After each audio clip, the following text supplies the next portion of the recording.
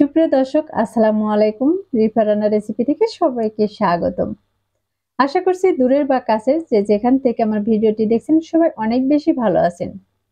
আজকের পর্বে তৈরি করে দেখাবো শুধুমাত্র আটা দিয়ে তৈরি মুসমুসে খাজার রেসিপি। এই খাজাগুলো খেতে যেমন মজার আর বানানো কিন্তু খুবই সহজ।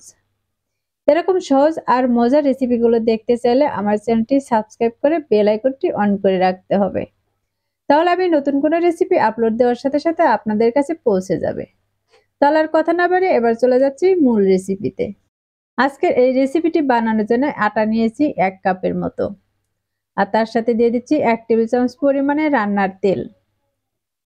এখন এর মাঝে দিয়ে দিচ্ছি স্বাদ মতো লবণ বা সামান্য পরিমাণে লবণ। এখন এগুলোকে আমি হাত দিয়ে ভালোভাবে মিশিয়ে নিব। তেল আর আটাটাকে 1 থেকে 2 মিনিটের মতো এভাবে হাত দিয়ে ঘষে ঘষে মিশিয়ে নিতে হবে। আর এটা যখন মেশানো হয়ে যাবে তখন কিন্তু এই আটার কালারটা একটু চেঞ্জ হয়ে যাবে।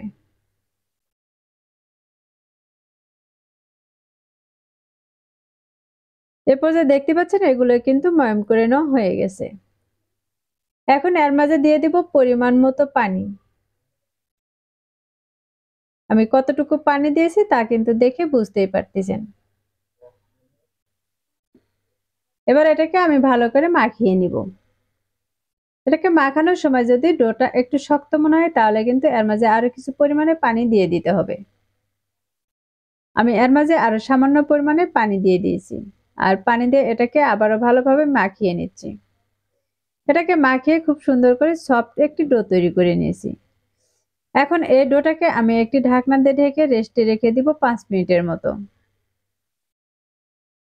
এবার 5 মিনিট পর আমি ঢাকনাটাকে সরিয়ে নিচ্ছি। এখন এই ডোটাকে আমি আরো 1 মিনিটের মতো এভাবে মতিয়ে নিব। এই ডোটা কিন্তু আগের চাইতে এখন অনেকটাই সফট হয়ে গেছে। এখন এটাকে হাত দিয়ে মুড়িয়ে মুড়িয়ে বড় একটি বলের শেপ দিয়ে নিব। এখন এটাকে বোর্ডে নিয়ে নিচ্ছি। আর এর উপরে কিছু শুকনো আটা দিয়ে দিচ্ছি।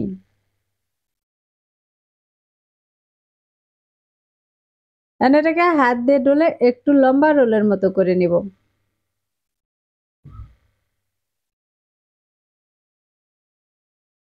এটা কিন্তু রোলের মতো বানিয়ে নিয়েছি। এখন একটি চাকু দিয়ে আমি এটাকে ছোট ছোট পিস করে কেটে নিব। এখন এগুলোকে আমি একটি সাইডে রেখে দিচ্ছি। আর একটিকে হাতে নিয়ে আমি হাত দিয়ে মুড়িয়ে মুড়িয়ে আবারও কিন্তু এটাকে বলের শেপ দিয়ে নিব। দেখতে পাচ্ছেন এটাকে আমি কিভাবে গোল করে নিচ্ছি। আর এই মুখটাকে কিন্তু আমি হাত দিয়ে চেপে চেপে খুব সুন্দর করে বন্ধ করে নিয়েছি। এ পর্যায়ে কিন্তু এটি তৈরি করা হয়ে গেছে। এখন এর উপরে আমি আবারও শুকনো আটা দিয়ে দিচ্ছি। এখন একটি রুটি বেলাতে এটাকে রুটি বেলে নিতে হবে। এই রুটিটা কিন্তু খুব মোটা বানাবো না, একটু পাতলা করেই বেলে নিব। যতটুকু পাতলা করে বেলে নেওয়া যায় ততটুকুই কিন্তু পাতলা করে বেলে নিতে হবে। রুটিটাকে আমার বেলে নেওয়া হয়ে গেছে। এখন এর উপরে দিয়ে দিচ্ছি সামান্য পরিমাণে রান্নার তেল। তেলটাকে রুটির চতুর্পাশে খুব সুন্দর করে লাগিয়ে নিব। তেলটা লাগানো হয়ে গেলে এখন এর উপরে দিয়ে দিচ্ছি আমি 2 চা চামচের মতো কর্নফ্লাওয়ার। এখানে কিন্তু কর্নফ্লাওয়ারটাই দেওয়ার চেষ্টা করবেন। কর্নফ্লাওয়ারটা দিলে দেখা যাবে এর ভিতরটা কিন্তু খুবই মুচমুচে হবে। কর্নফ্লাওয়ারটা হাতের কাছে না থাকলে কিন্তু আপনারা এটা ময়দা দিয়েও করে দিতে পারেন। আর এটাকে আমি চতুর্পাশে খুব সুন্দর করে লাগিয়ে নিয়েছি।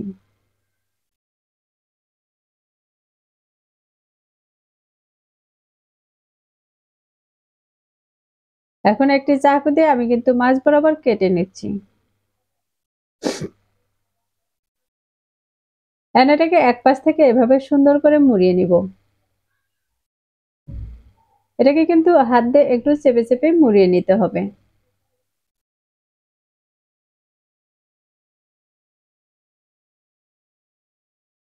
আমার এটা কিন্তু মুড়িয়ে নেওয়া হয়ে গেছে। এখন আমি এক পাশ থেকে একটু কেটে নিব।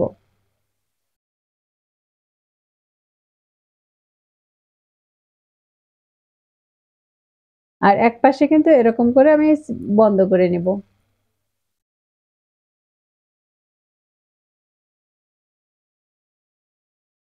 এখন এটাকে হাত দিয়ে চেপে একটু চ্যাপ্টা করে নিচ্ছি।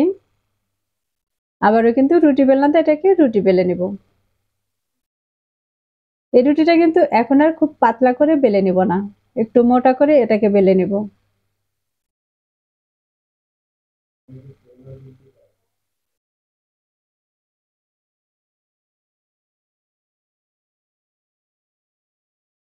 এ পর্যায়ে কিন্তু আমার এটা বানানো হয়ে গেছে। আর একইভাবে কিন্তু আমি বাকিগুলোকেও বানিয়ে নিব।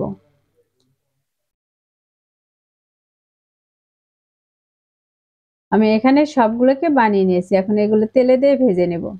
তার জন্য চুলায় একটি কড়াই বসিয়ে তার মাঝে তেল দিয়ে তেলটাকে গরম করে নিয়েছি। তেলটাকে গরম করে নিয়ে তারপরে চুলার আঁচটা কিন্তু মিডিয়ামে রেখে দিয়েছি। এর মাঝে এখন এক এক করে দিয়ে এগুলোকে ভেজে নেব।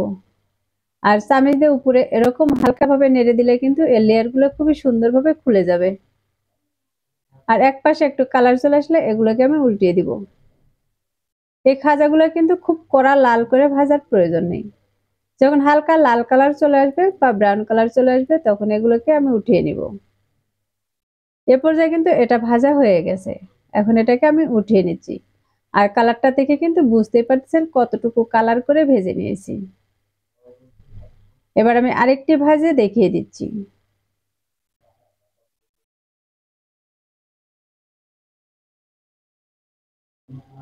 আর একইভাবে কিন্তু এটাকেও আমি ভেজে নিচ্ছি।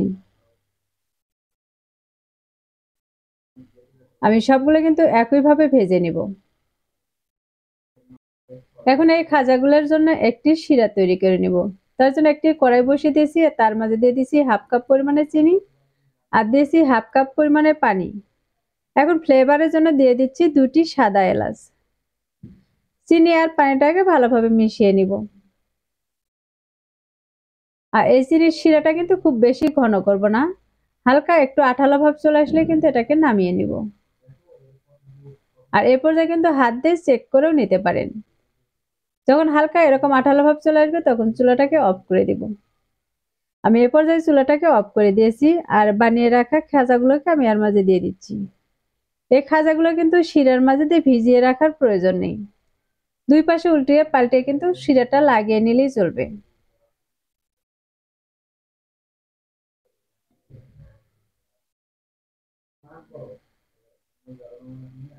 আমি আরেকটি শিরার মাঝে দিয়ে দেখিয়ে দিচ্ছি।